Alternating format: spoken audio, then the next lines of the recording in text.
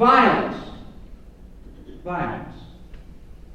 has enabled the government to grow and the republic to shrink.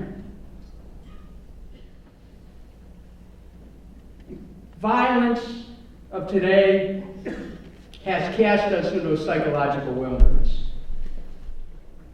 And here today, violence is the overarching theme of our time, encompassing personal, group, national, and international conflict, extending to the production of nuclear, biological, chemical weapons of mass destruction, which have been developed for use on land, air, sea, and space.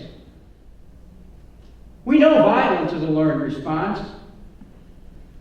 So is non-violence. I learned that during the course of the 20th century, more than 100 million people perished in war.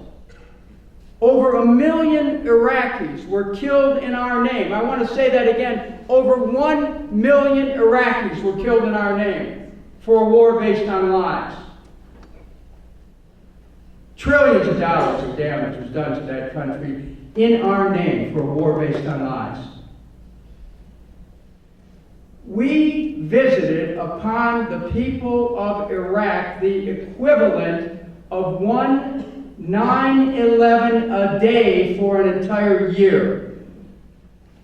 The mission that was accomplished was wanton destruction, ecocide, alienation, statecraft puppetry.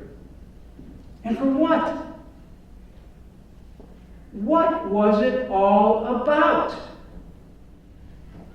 How do we know what we're told is true? Has the misuse of power in our society so distorted meaning that truth and lies are indistinguishable? What passes for our recent history is an acculturated, sleep-inducing lie from which we must wake up. The violence we create in the world in turn licenses and desensitizes the display of wanton violence which is exercised in our streets and unfortunately in our homes. Let the truth be our empire, the plowshare our sword, nature our textbook, and let us once again celebrate the deeper meaning of what it means to be an American.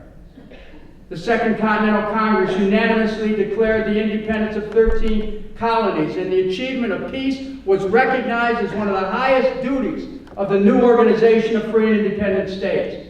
Peace at the founding. Yes, the paradox of Revolutionary War, but the destination was peace, articulated and enshrined.